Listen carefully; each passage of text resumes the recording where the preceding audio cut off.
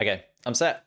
Hello, everybody. How are we doing? We're back post the Netherlands Grand Prix, and it was an orange army that took the victory, but not the one that we maybe expected, considering how dominant Max Verstappen has been. To quickly give you a run through of the order, Lando Norris took the victory, Max Verstappen in second, Charles Leclerc rounding out the podium places. Oscar Piastri just missed out on a podium place, behind in fourth for McLaren as well. Carlos Sainz fifth, Sergio Perez sixth, George Russell and Lewis Hamilton in seventh and eighth. Bit of an odd one for the Mercedes team. Pierre Gasly came out best of the rest in ninth. Fernando Alonso picking up the 10th place finish and that final point spot. Nico Hulkenberg, Daniel Ricciardo, Lance Stroll, Alex Albon, Esteban Ocon, Logan Sargeant, Yuki Tsunoda, Kevin Magnussen, Valtteri Bottas and Zhou Guanyu finishing the final 10 places. Outside of the points, but all 20 drivers getting to the end of the race. And we are, of course, joined by a guest. Thank you so much for joining us, mate. How are you feeling post the Dutch Grand Prix? What's your initial thoughts after the Netherlands? Well, I'm feeling great. Thank you so much for the invite, and thank you so much for asking. Feeling great, honestly, because we've seen, in my an okay race. I think Lando's proven to us that he can win from pole, and that was a long time coming. So to finally get that one checked, I think it's great for him. Then I actually would have liked to see Max, even if I'm a Mercedes fan, but I would have liked to see Max win because it was his 200 race, and to win it in front of his fans would have been great. But it was an okay race all in all, and great pass for the lead. I don't think we could have asked for anything better, honestly. Yeah, it's one of those tracks in Zandvoort that you never really know what you're going to get in terms of entertainment, especially when it's just a full dry race like it was this weekend. And I think that kind of played into it a little bit. We'll delve into that a little bit more. As you touched upon, though, the main talking point is those front two drivers and the fact that we did get a little bit of swap in, some twos and fro's. And it, for me, just from Lando Norris's perspective to begin with, Josh Swain said in the comments, Lando Norris is coming into this second half of the season wanting to prove those doubters wrong. Okay, unlikely that he'll catch Max Verstappen in the standings, but still, he wants to show that he can have a good run of races. And I don't know about you, but Lando Norris, towards the end of the first half of the season, it was getting very tense. You know, he had that Austria incident where he just missed out. Spain, obviously, where he was overtaken at the first corner and then missed out on a win there. Hungary, where he had to give the win to Piastri. There was a few weekends where it felt like Lando Norris should have got that second win, and he didn't quite get it across the line. Finally has that second win, as you mentioned before, finally has that win from pole. Is this a standout performance from Lando Norris now where we can say, okay, he is good enough to properly win races? 100%. I think this is just the type of race where everything came together for them. The car was amazing for him and for Piastri. Yes, Piastri didn't catch up to Leclerc, but he did quite a good race as well. And Lando was just the best driver today, hands down. I mean, even Max, to finish 20 seconds behind another driver is just something we haven't seen for 2.5 years, 3 years. So I just think it was an amazing drive, amazing car, amazing strategy. I think McLaren and Lando just did a perfect race. And it's rare to see that not coming from Red Bull these days, but they've made it happen. And this just shows that maybe we do have a championship vibe. I think I'm maybe more positive towards the fact that I think Lando, if he continues this way, I think he might have a chance to get. Okay. I don't know. Maybe it's because I'm a McLaren fan. I like to kind of maybe take a step back from that. I don't want to like jinx it or anything along those lines. I don't know. I think, well, Archie said it in the comments here. Max Verstappen will probably still win the championship due to Max just being a robot. Like, even when Max Verstappen doesn't win, you know, people were going on about the fact that now, well, Max Verstappen didn't win in the last 4 races before the break. Now 5 races since we've seen Max Verstappen win.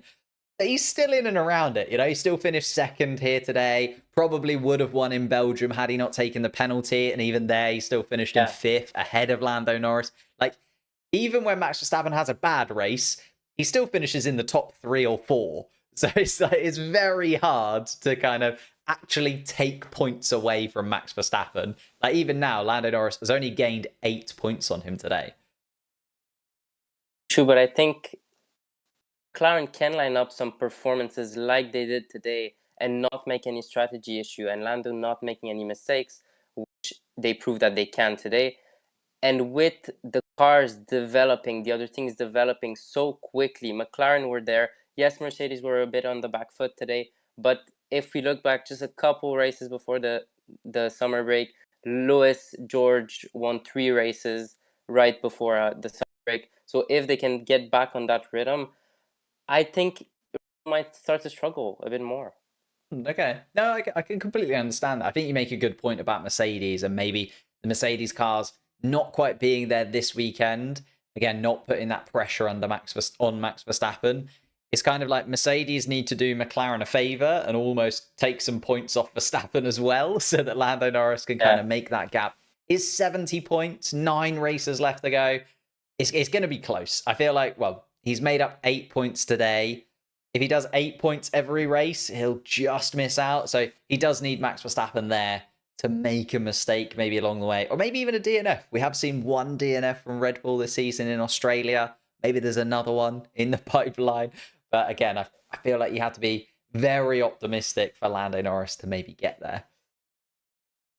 Racing, everything can happen. We've seen seasons like 2012 where before the summer break, I'm not sure if Fernando was leading, but the championship just turned around every race weekend. And I think the more we're going to get closer to the end of the season, the more it's going to get like that. Maybe the points that Max and Red Bull got at the very start are going to be saving them somewhat. But the more we're going to get closer to the end, the closer it's going to get, I believe. And the more exciting it's going to get, in my opinion. Yeah. Yeah. I don't know. I don't want to jinx it. I feel like the Constructors' Championship is more so the one for me in the fact that Red Bull having that dip in Sergio Perez's performances kind of opened it up a little bit. Going back to this Grand Prix itself, Max Verstappen, 20 seconds off the lead. He's felt a little bit frustrated in the last few races. Do you think we're going to start to see a little bit more of that Verstappen that is hot under the collar, argumentative over the radio? Like, we know that he has that in him. We haven't seen it much in 2022, 2023 because he's just been so far ahead of the rest. In Hungary, it came out a little bit. Are we going to start to see more of that, do you think? Do you think Verstappen might lose his head a touch? I don't know about losing his head, but I think that version of Max, who's like the one that wants every single thing of the car, that doesn't want to give anything away to his other rivals or other cars. That's my favorite version of Max. That's the Max that raced in 2016, that won the championship against Lewis in 2021. That version of Max is one of the best drivers we've seen in Formula One. And if we can see this version of him, maybe that is more under pressure, I think we're gonna have such a great season to come until the end, until Abu Dhabi. I think we are gonna see it from him, but since, as you said, there is a gap in the championship. We're not gonna see it yet, but the closer we're gonna get to the end, the more he's gonna be under pressure, and the more I think we're gonna just have such an exciting end of the season. Yeah, I think you're right. It's all coming towards like a proper crescendo, isn't it? For the first time in a long time, we've got lots of different storylines, especially because of all the 2025 driver changes as well. And I'll get your opinion on a few of those as we go through some of the drivers. Like, with all of that happening and so many moving parts on the grid, it does feel like there's so many storylines that Abu Dhabi this year could be an absolute like barnstormer of a race if everything comes to fruition. Just behind that, we did have Charles Leclerc in third place. Should mention him because I think it was a really solid race from Charles Leclerc to manage to pick up a third position. Like, before the summer break, we were thinking Ferrari were maybe the 4th fastest team. Didn't quite click with their upgrade from Imola onwards. I know Leclerc got that win in Monaco, but that felt like a little bit of an outlier. But now, Leclerc properly back on the podium, kept Piastri at arm's reach. Is there enough positives to take from this weekend for Ferrari in that they can build on in the second half of the season? And can they enter the question for wins, for podiums more consistently in this last 9 races?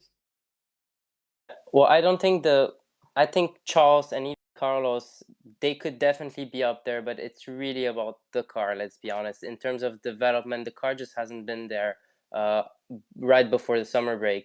That's why we've seen Mercedes be ahead of them comfortably.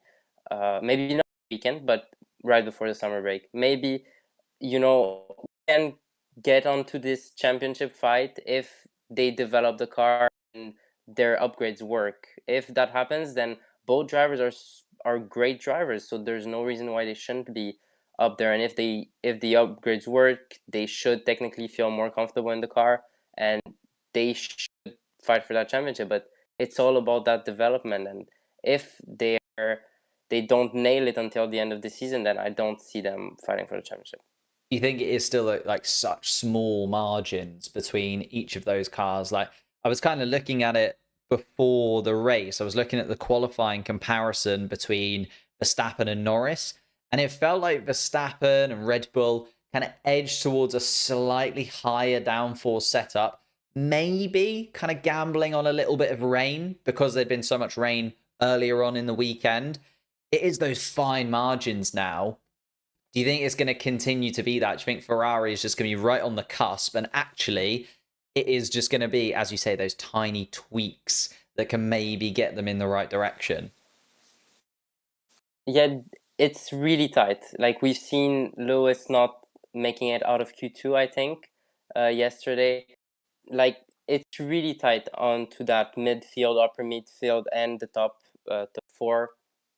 Top four. But really think it's just the car is lacking compared to McLaren. Ferrari are slower than McLaren, and we've seen that today. They need to upgrade the car. They can't just stop now if they want to fight for the championship. Who knows?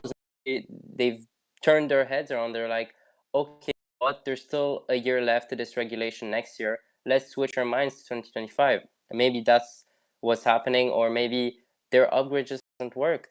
So I think they need to bring more upgrades next races so that they get a chance to fight for that championship. Yeah, so maybe more of a one-off, and there's still quite a lot of work left to do for Ferrari to, because I guess similar to Monaco, those like really high downforce circuits seem to be the ones where Ferrari does kind of click. It's a good point you make in that they haven't quite got that upgrade working, whereas McLaren absolutely have. And Red Bull, their upgrades, how much more scope there was for Red Bull to really upgrade their package is 50-50. Like, after being so dominant for so long, there was eventually going to be a plateau in how much they could just make that car faster and faster. That is kind of coming all together, as you say, and especially the Constructors' Championship. I think it's 30 points now between Red Bull and McLaren, then another 30 or so points to Ferrari. Could all change around if Ferrari get it right. Could all change around if McLaren continue their form as well. We kind of skipped out on Oscar Piastri there a little bit. Oscar Piastri, frustrating for him, do you think? I know he's still young, and I know it's a lot of pressure for him because he probably wasn't expecting to come into McLaren and in his second season be expected to win races. But that is kind of where the McLaren car is now, and he has got that first win under his belt in Hungary.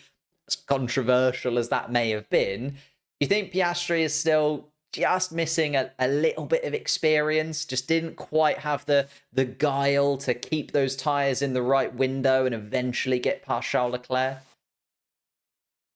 Well, there's races where some drivers are stronger, and then other races where others are stronger. I don't think we can criticize him for this race, because this was a good race. It was an okay race, and we've seen some very good performances from Oscar. Maybe more consistency from him, something to get on that level with Lando. But I definitely think that he also has the potential to be fighting for that championship. Maybe not this year because the distance in points is too big. But if McLaren can carry on to next year, I'm with that car that they have this. I really can bring up the challenge to Lando. I think if he build up that confidence this year, make some very consistent races, and bring those results in, even if it's not at the highs of Lando. I'm sure that he can build that confidence and make sure he comes back next year with potentially. Yeah. I mean, I really hope so. I think he has that kind of raw talent, raw pace about him, does Oscar Piastri. And every time I see him, especially in qualifying, he does seem to be right on the limit and properly able to find pace in the car. I think he is just missing that little bit when it comes to the more difficult tire strategy, like choices, and maybe just a little bit of, I suppose today what they tried to do was put him really, really long. He'd already been done by the undercut, so they had to do something a little bit different. And McLaren haven't been great at doing something a little bit different when it comes to strategy. And then you've got Oscar, who's also not amazing on his tyres in really long stints. And that kind of combination just meant even though the McLaren car was definitely the quickest, and Lando Norris was 20 seconds ahead of Verstappen, 30 seconds ahead of everybody else, Piastri wasn't quite able to get that same performance that Lando Norris was able to in the clean air ahead of him. Yeah, well, I think McLaren trying things different with strategy, I think that's great for them to try them in these races where, okay, win the race. Oscar wasn't going to win the race. It was clear. So there was nothing else to do than do something different. It's the same as with Mercedes in Singapore last year when they boxed both cars super aggressive and built up a charge for the last few laps. I think it's great for McLaren to try those strategies, and sometimes it works, sometimes it doesn't, and you just gotta accept that as a team, take the risk. And they took the risk, and maybe they lost out on Charles' position. It's one position, win or lose. Is it really going to make that big of a difference? I don't know. So I think it's great that McLaren tried those different strategies. First, it's so interesting for us, the fans, to watch the race and see that, oh, they're not just all doing a one stop from this tire to that tire. I think it's great. And Oscar, once again, he is such. I'm so certain. I'm actually certain that he's gonna win a championship at some point in his career. He is such a great driver, and he just needs to build that confidence, bring that experience, and just at some point when everything is gonna come together, like today for McLaren and Lando, he's gonna win just like Lando and McLaren. Yeah, I completely agree. I think he's got all of the pieces there. You look at him this early on in his Formula One career, he's been dumped into a McLaren that when he first got into it was absolutely dreadful. And kind of half a season into his first season, it became really good. So he had to completely adapt his expectations. But he just continues to kind of chunk along, pick up those experiences, get quicker and quicker. And yeah, I think you're absolutely right in the fact that Oscar Piastri has all of the ingredients to be a world champion. You just have to find yourself sometimes at the right car at the right time, and then it clicks into gear for you. And he has that opportunity. I think on the note of kind of weird strategy choices, you mentioned Mercedes doing it in Singapore. Kind of went for it again. I don't really know what George Russell was overly going for. Tanya here in the comments said, what for the love of God was that Russell's second pit stop? Was there any point in actually doing it? And it felt like, okay, he was going to lose the position to Carlos Sainz anyway. Sainz was just so much quicker in that second stint, and the hard tyre really didn't suit the Mercedes car. But it did feel weird that then George Russell came in, then finished, sort of 8-9 seconds behind Sergio Perez as well, when he may have been able to keep Sergio Perez at bay. Again, it's that one position that you say, like, George Russell's maybe missed out on one position there, but felt like an odd choice for Mercedes to make. It was definitely an odd choice, but I think in their minds they were gonna get past Perez at some point. Maybe they just misjudged that. But considering where George is in the championship with all of his like misfortunes, like his DNF or his crash in Australia and so on, they've got to try something different in the end. And I'm not gonna hold Mercedes accountable for a different strategy. I think it's great that they try something different. First, because it's super exciting for us, and sometimes they do get it right. In Belgium, when George stayed on that one stop and won the race. Such an odd strategy. And technically, they did make it work. Yes, he got disqualified, but he crossed that finish line first. And that strategy, which was lunatic, worked. So sometimes, as I said, sometimes it works, sometimes it doesn't. They misjudge it today. But I think over a long period of time, even themselves out. And those bad decisions, like today, they try to make whenever they don't have that much to lose. And today they had one position to lose. Considering where he's in the championship, yes, it's crucial because a bit more points is much better. But I don't think they did lose that much. Yeah, that's very true. As you say, it's one position. I did want to get your thoughts because, as a Mercedes fan, you've got the Mercedes cap on. George Russell going into next season, he's going to be your main man.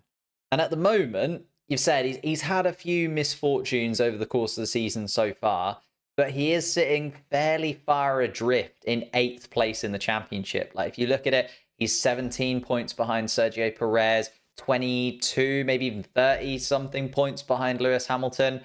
It's been a tough year for Russell. It's definitely a transitional year. Has he shown enough to be that like clear number one at Mercedes? And are you a little bit kind of worried about his future when Toto Wolff continues to talk about Max Verstappen and that possible 2026 move? So, I mean, not really afraid for he's a great driver as well. And compared to last year, I think he did. I think last year he did more mistakes. He did do mistakes, but when he did them, there was something. And I don't know how to say it, but I feel like George this year was much better, like compared to last.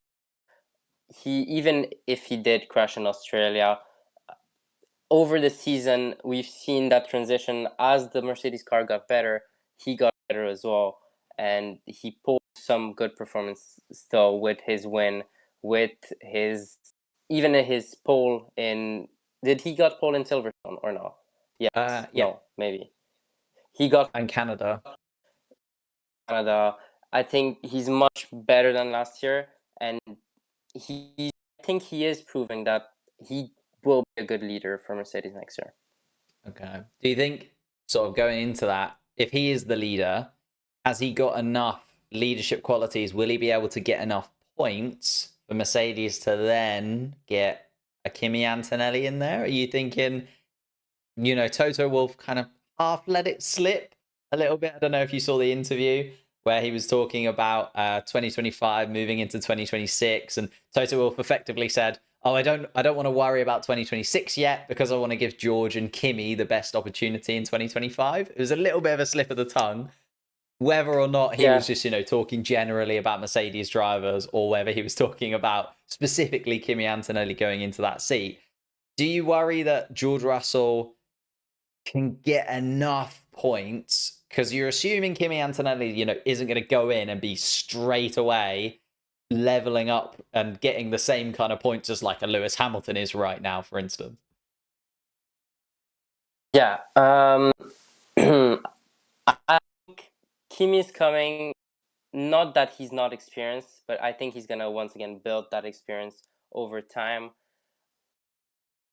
Blazing, like Charles came with Seb in 2019 and just off the back beat him comfortably, but not comfortably, but beat him. But I think George, with his experience, will be a good leader for Kimi as well. And I think they can mount a challenge together to make Mercedes a stronger team overall. But it's true that Toto has spoken about Max quite a few times, but I think that's a problem for future Mercedes and not current Mercedes. Yeah. So let's think about that later. I think it would be cruel for Toto to replace George with Max, but once again, that's something really interesting coming in the future, and we'll see what Toto decides with that. But yeah, I think it is gonna mount a good challenge, and he's going to be a good leader for Mercedes for next year. Okay. I just wanted, as like a Mercedes fan, I didn't know whether there was a Yeah, little yeah. bit of kind of 50-50 skepticism. Because I feel like I've been fairly lenient on George Russell. I've given him the benefit of the doubt because I do feel like even though he's very experienced, those 3 years at Williams didn't really count for much. Like, I know he was in the Formula One and was gaining experience technically by being out on track, but such a different expectation of you when you are clearly the 10th fastest team compared to being at Mercedes, and especially a Mercedes in the last couple of years that has been uncharacteristically not championship contending and not fighting for the absolute top level accolades all of the time. So I'm glad that you've got a little bit of faith about George Russell. I do think he deserves to be in Formula One, deserves that Mercedes seat. But yeah, as you say, Toto Wolff, an interesting decision to be made on Max Verstappen. Talking of that, and kind of Max Verstappen and Red Bull, the other Red Bull seat, Sergio Perez, we got the confirmation that he is going to be staying with the team for the rest of the season, give or take who you believe, and whether or not he's kind of been doing enough over the first half of the season.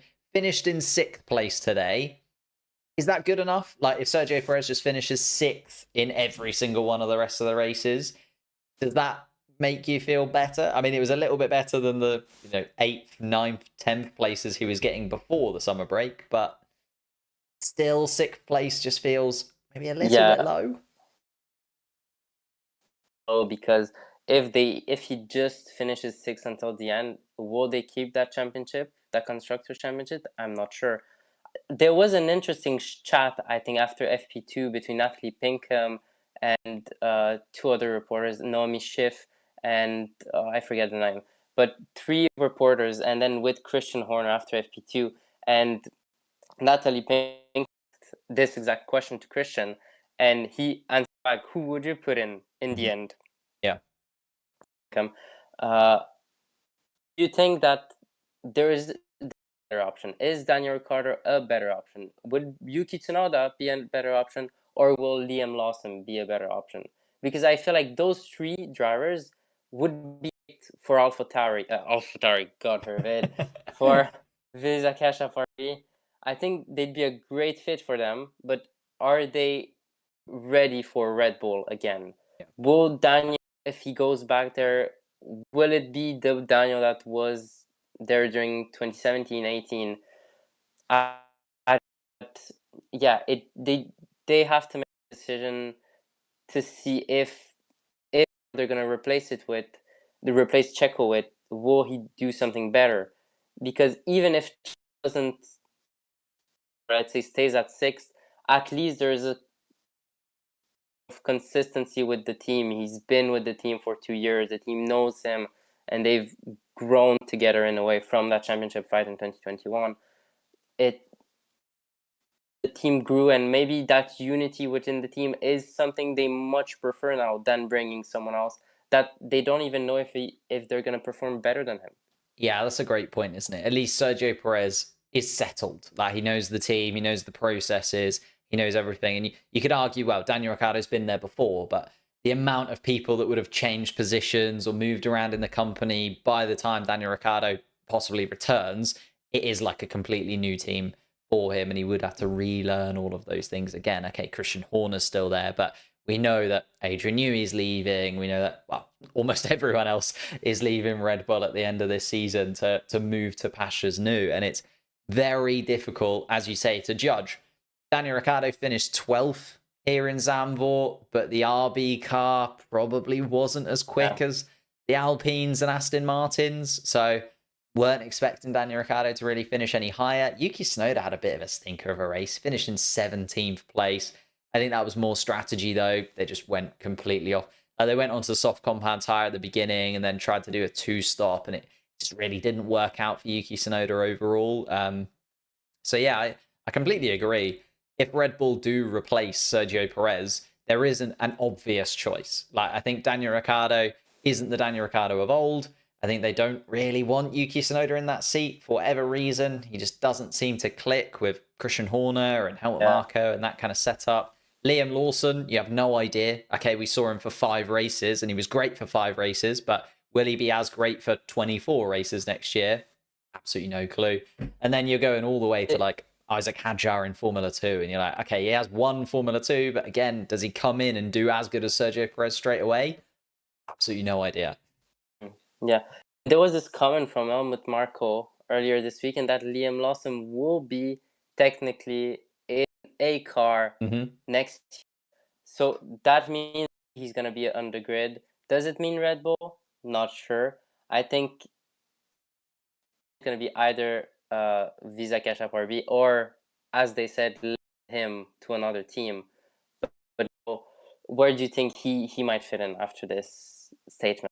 They're running out of options, aren't they? Is the problem. Like the 2025 driver market was so open, but now we've got Doohan confirmed at Alpine, Sainz confirmed at Williams. Like those seats are closing quickly. Liam Lawson was heavily linked to that stake Sauber seat, but that was when Andreas Seidel was heading it up. Matteo Binotto seemingly not as sold on getting Liam Lawson into the team. So I think it has to be that RB seat, and I think Yuki Tsunoda's already confirmed, so Daniel Ricciardo looks like the man probably out of a seat once again. And it's so weird, isn't it? Daniel Ricciardo, he was so good. Then at McLaren, it really didn't work out for him. I think McLaren made the right decision in getting rid of him. Like, Oscar Piastri has just absolutely flown. But at the same time, you were then expecting Daniel Ricciardo to find a seat elsewhere. He didn't for half a season. Didn't work out with Nick de Vries. They're now getting rid of Daniel Ricciardo. Like, the whole Red Bull RB situation has just not helped Daniel Ricciardo in any way whatsoever. And again, at the beginning of the season, he was linked to replacing Sergio Perez. Now, halfway through the season, it looks like he's off the grid completely. Like, it's so up and down with Daniel Ricciardo constantly. Yeah. You could say that, he made a bad decision in leaving Red Bull back at the end of 2018, but back to that year, you could feel that he felt that the team was really behind Max. You could really tell, and he wanted a team that is built around him. He really was thinking about himself and his best shot at the championship. And back then, Renault Sims seemed like the best decision. Looking back, of course, it's easy to say, it didn't work out. McLaren didn't work out. But back then, I can still understand the decision. And even if it was the wrong decision, it is sad how it turned out. But I don't think we can blame him for the decision he took back at the end of 2018. No, I don't think so either. And like, it's not like he's had an absolutely dreadful season. Like, there's just been a few like the Miami sprint race is obviously the standout one, but then even kind of post Canada, I think he's now beaten Yuki Tsunoda in 5 of the last 7 Grand Prix, if the numbers are right in my head. So he is now starting to sort of be that more dominant RB driver and starting to finish ahead of Yuki Tsunoda. I think the problem that he's got is Yuki Tsunoda got his points in the bag early on in the season when Mercedes was still struggling, and when Aston Martin kind of had a little bit of a dip, Yuki Tsunoda was there to grab those points. Whereas Daniel Ricciardo, he's now 10 points adrift of Yuki Tsunoda. Mercedes have got their ducks in order. Aston Martin seem to be a little bit better. And then even like Alpine have finally fixed their car and are back in that conversation. So it's going to be really hard for Daniel Ricciardo to get those 10 points. And that's why you're looking at like Nico Hülkenberg and Yuki Tsunoda. The fact that they started the season so well is going to mean that they probably do finish higher in the championship, even if they do tail off towards the end of the year. So it is really tough for Daniel Ricciardo. I do feel a bit sorry for him, as you say. Like, he made that decision because he backed himself as a Formula One driver, as I think you should. And then it's just kind of gone fairly awry since then, hasn't it? Well, that Renault team, actually, just to kind of move outside of the top 4 teams, and the best of the rest slot went to Pierre Gasly in the Alpine. They seem to have finally got their car at least back into the midfield battle. Like, if you look at where they were in Bahrain, Saudi Arabia, Australia, it was absolutely abysmal. At least they're back in the mix there. But Pierre Gasly now stamping his authority on that Alpine team, like clearly the number one. Do you think Alpine next season will be able to take a little bit of a step forward? Or do you think Pierre Gasly, 9th place, is basically the best he can hope for this year and next year? I mean, we have to see how they develop the car. I think, yes, they did make a big step forward compared to the start of the season, which was disastrous. I think it was probably the lowest we've seen Alpine since the start in 2021. They were really bad, but they didn't make a step forward. So I think there is hope. Like, I'm my words, because if I say no, they won't, they might pull up something like Aston did from 22 to 23 and go from struggling to get points to scoring podiums. But those things are fairly rare. Fate in Alpine, but I think it would take somewhat of a miracle to see them closer to the top 5. Yeah, I think so too. But Gasly getting a 9th place here, at least getting in the mix, I feel like is the word that I'm looking for. Obviously, Fernando Alonso is so far ahead of that like best of the rest slot in terms of the Drivers' Championship. I think he's double the points of anybody else below him. I think Lance Stroll has 24, Fernando Alonso has 50. So not really a battle there for that best of the rest slot. But Gasly now 4 points behind Ricciardo. That might be achievable. He's at least got past Ollie Behrman. I think that was the thing for a lot of those drivers towards the back of the pack, right? If you can get 6 points and you can get above Ollie Behrman, you've at least managed to kind of jump that barrier of a driver who was only in one race. That was kind of embarrassing for the drivers that were behind, because he drove in a Ferrari. He drove one race and he was ahead of so many drivers in the championship. Is he still? Who is he? He's still he's still 15th in the championship. So there's 3, like 4, 5. Magnussen, He's still ahead Ocon, of 6 Albon. drivers. Yeah. Hurt my ego, honestly. I think it's tough though. Like you look at the drivers he is still ahead of. Magnussen, I feel like should probably be above Behrman at this point, considering the Haas. Ocon, yes and no. And then the Williams in the Stake Sauber, I can kind of understand them not quite getting to 6 points yet. Like Albon, maybe. Albon without, well, do you want to talk about Albon? Because obviously came home today way further down than we thought he was going to. Still managed a 14th place, but was into Q3 yesterday. Big upgrades on that Williams car. Was like, oh, okay, maybe Williams are here to, challenge for a couple of points here and there. And then the car was deemed illegal and disqualified from qualifying. It was kind of back to the drawing board for Albon, starting behind Logan Sargeant, who didn't even start in qualifying. So it was all a really tough weekend for Williams. I think they can draw positives from this weekend. They can see that, it worked. The upgrades worked well in qualifying. The car did work. So I think they just gotta forget about everything that happened after the disqualification. Look to Monza and be like, okay, this is a brand new sheet of paper, brand new weekend. We start with a new identity. We're here. We know the car is good. Let's move forward from there. It is unfortunate, the disqualification, but yeah, they gotta forget about that and focus on the positives, I feel. Yeah, I think that's a good point. There was a lot of positives from that qualification result from Alex Albon anyway.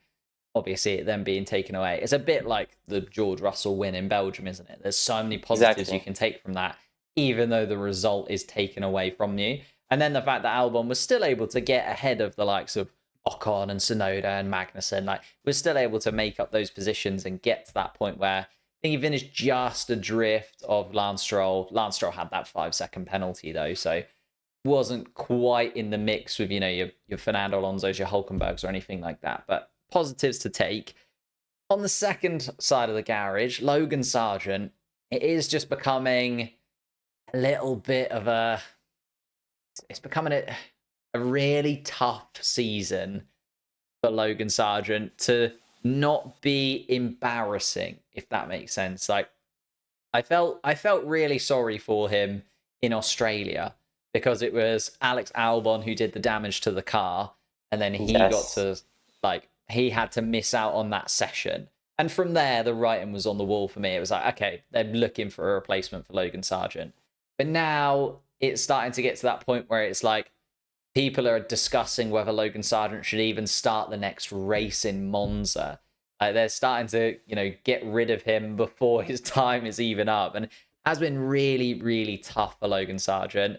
But another huge mistake in free practice meant he missed out on qualifying. All of those upgrades that they brought onto that Williams car destroyed. And I think Logan Sargeant isn't doing himself any favors at this point. He's not, but I think we've got to remember how important your, yes, mental health, but how your mentality is so important in the sport. And I think it got completely ruined from the start with that decision to give his car to Alex in Australia. I just feel like you cannot expect your driver to perform to his best form where you don't even believe in your driver.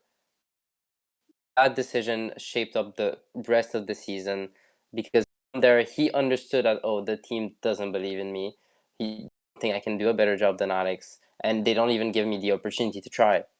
And then after that, it was clear that they were looking for a replacement. Carlos coming, so you hear that someone's replacing you. You don't even have a seat. It's your last season in Formula One. I do feel bad for him. I understand that it's not going as well I would have hoped for, or that Williams are hoping for. But I don't even think that Williams can hope for something better because his mental is definitely not here. Yeah. His nephew is definitely not great at the moment, and you can't expect the driver to perform at his best or even perform when you've literally destroyed him mentally. If you have that point of view, then the fact that I think you're quite right. It was writings on the wall from very early on in the season that he wouldn't be there. Now he knows that Carlos Sainz is coming. Obviously, that was confirmed during the summer break. If it was you and you were James Vowles, obviously there's 9 races left to go. There's talk of Mick Schumacher. I know you're a big fan of Michael Schumacher, but Mick Schumacher coming into that seat. There's also talk about Kimi Antonelli getting 9 races in a Williams before he goes into the Mercedes, although Toto Wolff kind of said he doesn't think that would be a good idea for Kimi. So if you were James Vowles, do you stick with Logan Sargeant, or do you try and maybe find, if there is another little option somewhere, do you try and slot somebody in? I think it's a really cruel decision, honestly. But he's done that cruel decision in Australia. He took it. He took responsibility for it. It's cruel to say because I've just backed up Logan, but I would actually change. I would replace him because, it's not gonna perform in my opinion. And honestly, yeah, it would bring Mick Schumacher in or another driver to give a chance to maybe a younger driver who comes from F2 or someone. Yeah. I would actually change him, even if it's so cruel on Logan. Would that be your pick then, Mick Schumacher? Because there's obviously Liam Lawson there that they could have for 9 races. Yeah. You've got that connection. I can't remember who else was talked about. It was Mick Schumacher, Liam Lawson. There was another driver who was in the mix. I mean, yeah, I'm Mick forgetting. Schumacher has that, Mick Schumacher has at least that Formula One experience with Haas. Obviously, he's been with Alpine with WEC. I think he was kind of hoping for that second Alpine seat, but then Jack Doohan got it just ahead of him. So he deserved. Yeah. I completely back that Jack Doohan decision from Alpine. I think it's good. But yeah, it'd be interesting to see Mick Schumacher in for 9 races. Whether he, I think it would be great for him as well to prove that maybe he wasn't the issue at Haas. At Haas, it was clear that there were some tensions with Gunther Steiner, and just the car was absolutely nowhere. I think it would be a great opportunity for him, but once again, would he go to a team where the team clearly didn't back one of their drivers, clearly didn't help them mentally, they clearly prioritized one of their drivers? Maybe it wouldn't be a great decision on his side, but in his position, if Mick was offered to get that seat, I don't think he would have refused. No, no, I think it's a big opportunity, isn't it? Especially if you can go in and maybe even just score like a point at some point during the season, something that Logan Sargeant hasn't done yet. You know what I mean? Just manage to grab a point or finish really well in one race. It does completely change the complexion of your career. Like we've seen it with Nico Hulkenberg. Nico Hulkenberg Exactly. came in as the Aston Martin reserve, did well enough, and just kept his toe in Formula One by having those Exactly. Aston Martin reserve drives. And then the seat comes up at Haas. Yeah. And Nico Hulkenberg's absolutely flown this season. To talk about Haas, Exactly. kind of with that Mick Schumacher link, Nico Hulkenberg today, 11th place. Is it me or does he just always finish in 11th place? I seem to see him there every week. Like from the start of the season, he's done great races, great results, and like every time I think of us now, I always think of Miami, where Magnussen was literally doing a kamikaze job against Yeah. Lewis to protect Nico in front. I think Nico has done a great season, and I'm looking forward to see what he can do at Stake and Audi as well. Who knows if they can get a good car at some point? Who knows? Maybe he might get that podium that he's been lacking since the start of his career. Yeah, I think we'll get to that in a That's a moment. big stretch. That's I'll a ask big you stretch, about though. Haas first, I think, because the Stake Sauber question is a little bit more complicated. But I think, we know the drivers at Haas for next year. Hulkenberg and Magnussen this year, that becomes Ocon and Behrman. If you're looking at that just subjectively from Haas's point of view, obviously Ocon is a lot younger than Nico Hulkenberg. Behrman is a lot younger than Kevin Magnussen. So they are reducing the age of that driver lineup. But is that necessarily an upgrade, a downgrade, or just kind of staying at the same level even though you've swapped both drivers? I think if Nico did, would have kept Nico in. I Oh, believe yeah.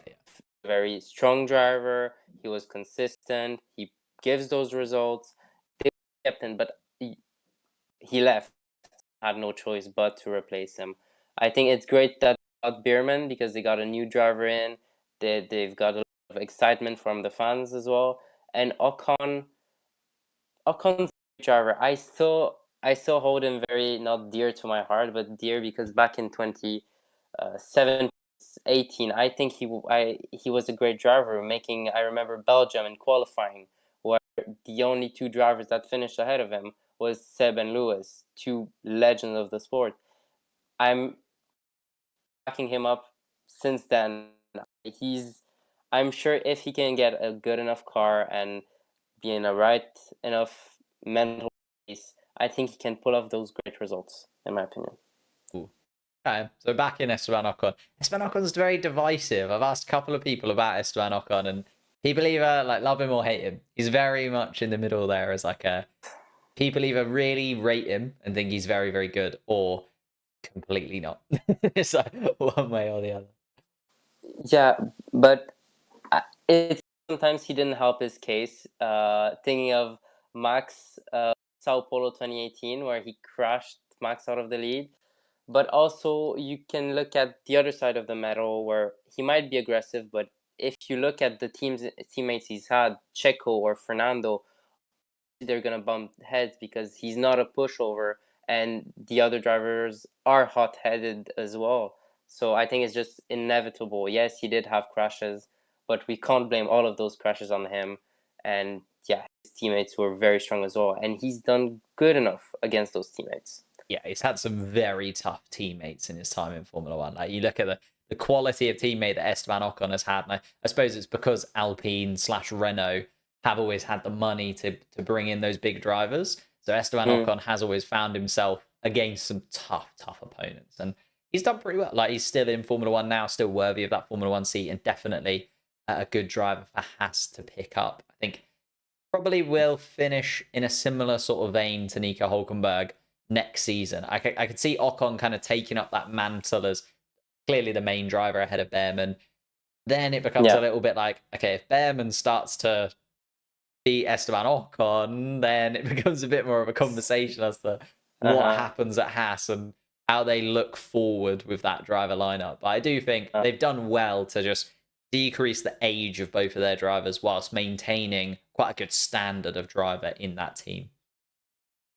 I agree. I think they're going to be pretty similar to this year. I don't expect that big of a change. Maybe some mistakes from Oli will make them a bit lower in the championship, but that's just because first, the car isn't as good as a Ferrari, and I do expect a couple of mistakes just because the car is be more unpredictable. It's gonna be less performant, and I don't blame Oli for that. I think it's good that he's gonna get that experience in at Haas to then hope for it up a bit later in his career. Well, yeah, he's got his eyes on the Ferrari seats, hasn't he? Yeah. Lewis Hamilton will eventually retire, maybe at some point, and Ollie Behrman will probably have his eyes on that Ferrari seat, possibly still alongside Charles Leclerc. Whether Leclerc will continue to just be a Ferrari driver for evermore, Forever. Kind of wait and see. Yeah, just seems to be. And then moving to the final team, the team that we always seem to talk about last whenever we have any of these conversations, just because they're always at the back of the pack. Valtteri Bottas, Zhou Guanyu, 19th and 20th. I don't remember seeing either of them like on the actual screen a lot of the time. Yeah, honestly, I don't know what we're gonna say about them because I don't remember what they've done, honestly. So I know that Zhou Guanyu finished 2 laps down on Lando Norris, and that's about all you need to know on the pace of that stake Sauber car. It was completely nowhere. Valtteri Bottas looked like he might be in the mix. Started on the soft compound tire. But again, that strategy kind of seemed to fall away, and Yuki Tsunoda kind of fell in the same vein as Bottas. They tried that strategy. It didn't work. Ended up right at the back of the pack. You talk about Nico Hülkenberg kind of moving to that team, obviously it becoming Audi in 2026, but looking at just the mechanics of the car right now, like I know that 2026, there's a big evolution aerodynamically and in terms of the engine. It's all going to change. But the base that they're working from is very, very far away from these ambitions that Audi seem to have, and is very, very far away from them really clicking into the next gear.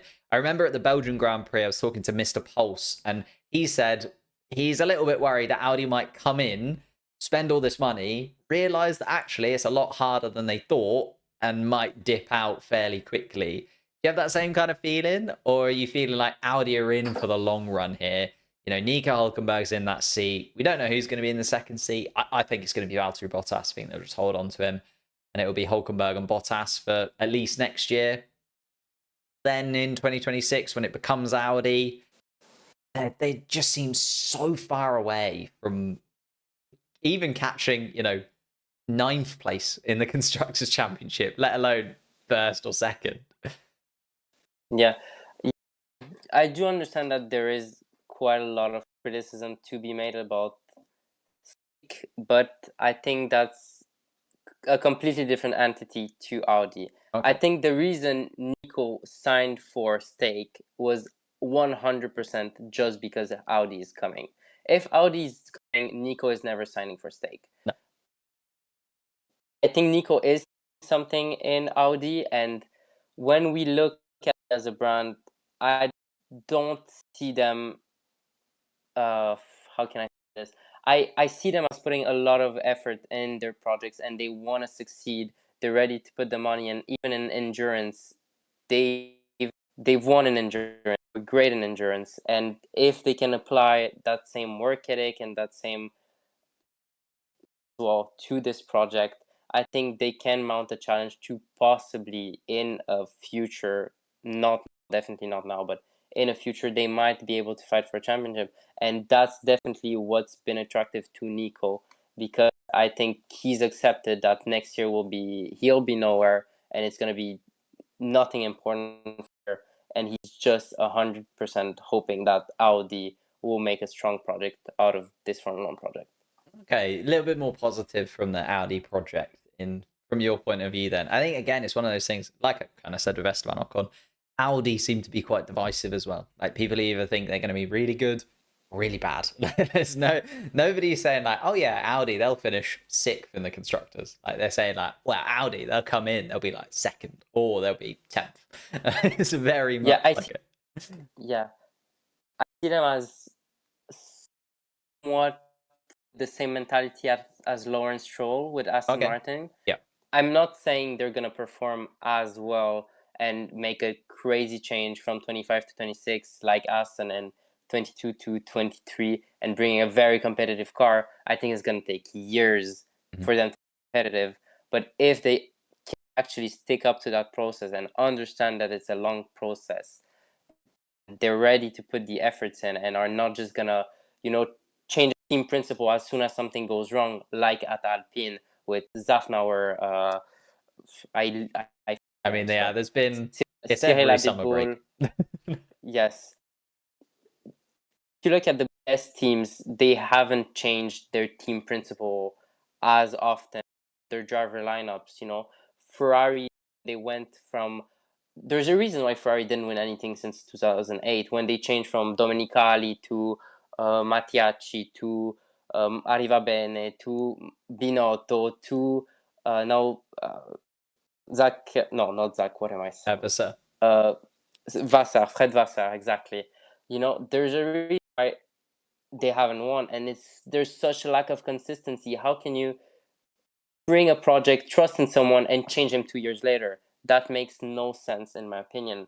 And when you look at Red Bull, who's kept Christian Horner since forever, when you look at Mercedes, kept Toto Wolff, Zach Brown from McLaren, you know, I think there needs to be so much consistency, and they need to understand that if things might not go well at the start, which probably won't, stick up with a good and bring some consistency in, they can build something year after year after year that might develop into something serious. Yeah, I think you make a great point actually, and you highlight the main thing there, right? Mercedes and Red Bull have been the two teams that have won championships since 2007 with Kimi Räikkönen, and they have had the longest standing team principles. They've had those principles set in place, and they've continued to grow upon them. And I think it's one of those things that it will take Audi a good chunk of time to really settle into the sport and to be able to do it. Final question from Zafi, sorry, goes all the way to the bottom of the pack. Just to round out the Stake Sauber chat, Zhou Guanyu has been underperforming lately. I swear every time I look at the bottom of the leaderboard, he is there. What's going on with Zhou Guanyu? Because he did come into Formula One when he was at Alfa Romeo, obviously scored points on his debut. Like it was like, oh, okay, maybe there's something here. Maybe he'll be like a really good. I think everyone kind of expected him to maybe slot into the midfield, be that kind of midfield driver level. But yeah, it does seem this year to have completely gone away. Can you see any way that Zhou Guanyu like holds onto a seat in Formula One? Well, I'd hope he'd hold on to his seat because he is a good driver in my opinion. Maybe honestly, I think all of this chat I've been positive about everyone, but truly he's a good driver as well. Like the rest of the grid, the car is so bad. What can you expect a driver to do with a car like that? Well, yes, you can say okay, he might finish P15 instead of P18, but when a car is so bad and you're struggling week in, week out, it it first is demoralizing. Maybe he's looking at his career and he's like, oh my god, that might be my last year here. It's definitely difficult mentally. Then you're struggling with the car. A difficult situation. I don't even see. I don't know where he could stay, but I don't want to see him leave either. It's it's a very difficult situation. Yeah, I think it's really tough, isn't it? Because it's always great to see Formula One drivers join the grid. Like we're going to have Behrman in, Lawson might be coming, Doohan might be, Doohan's definitely coming, Kimi Antonelli. But then you're like, okay, so 4 rookies are joining the grid, and then you have to get rid of 4 drivers. Like you kind of forget that if you want more rookies, you also then have to displace the drivers on the grid. And then it's like, out of the 20, which 4 would you kind of get rid of? And then it's a Yeah. really tough question to ask. And there's always positives and negatives. Like I think Kevin Magnussen's kind of done and dusted, if you know what I mean. But you look back at that Brazil pole position and the positivity, and you're like, he's still got Yes. moments there, and you still want Kevin Magnussen to be on the grid, but just everyone has to come to an end at some point. What just annoys me about this is that it's not always, but a lot of the times it's like the cars aren't there. Drivers are good, but the cars aren't there. Like for Alpine this season, how can you want two drivers or a driver to show that they're good enough if the car is absolutely nowhere? Like in the best possible utopic world, amazing, and all the drivers would be able to prove themselves. And that's just how Formula One is. And yes, drivers come, drivers go. It's just sad that the performance isn't only about the driver, but it's really about the car as well. Yeah, that is a good point. Like Zhou Guanyu's never been given an opportunity in a car that's been anywhere near competitive, like for more than one race in a season, really. Like you often have that kind of standout performance from them. And then for the rest of the season, it's just a very harsh slog of maybe we'll get 13th place or 14th place at the absolute best. And that's also hoping on safety cars and damage to other drivers, which just doesn't seem to be a thing this year. We've had lots of races this year. I think it's the record now for this year for the most races where all 20 drivers have finished. So it's just becoming less and less likely that you're going to be given an opportunity to be actually, jump up in front of somebody. At least with a safety car, you could gamble on your strategy and then hope there's a safety car that kind of puts you in that position. But if there aren't safety cars anymore, or if we have less and less safety cars every race and every season, it definitely gets very tough for those drivers towards the back of the pack. But no, thank you so much for joining me, mate. It's been an absolute pleasure to talk to you, get your points and opinions. I know as an avid Sebastian Vettel fan, you got that Mercedes link as well. Yeah, I could see him behind you the whole time. Big Seb fan. Yeah. Didn't get to talk about him this time. Maybe another time. For sure, I would love to. But yeah, big Sebastian Vettel fan. But yeah, thank you for the invite. It was great to chat to you. And yeah, I'll definitely be up to do something another time as well, another race. And yeah, we'll be talking about Seb as well for sure. Yeah, and up for it. If there's some Seb news, I know the man to go to. And if you haven't followed you on Instagram yet, I've left the link down in the description below. Everybody get involved. Follow him. Well worth a follow just for all of your Formula One content. The photography, upper echelon. Like, so much. Just absolutely stunning. Yeah, definitely give you a follow. And we will chat to you very, very soon. I'm live again for the Monza Grand Prix next weekend. Qualifying. Is it a sprint race?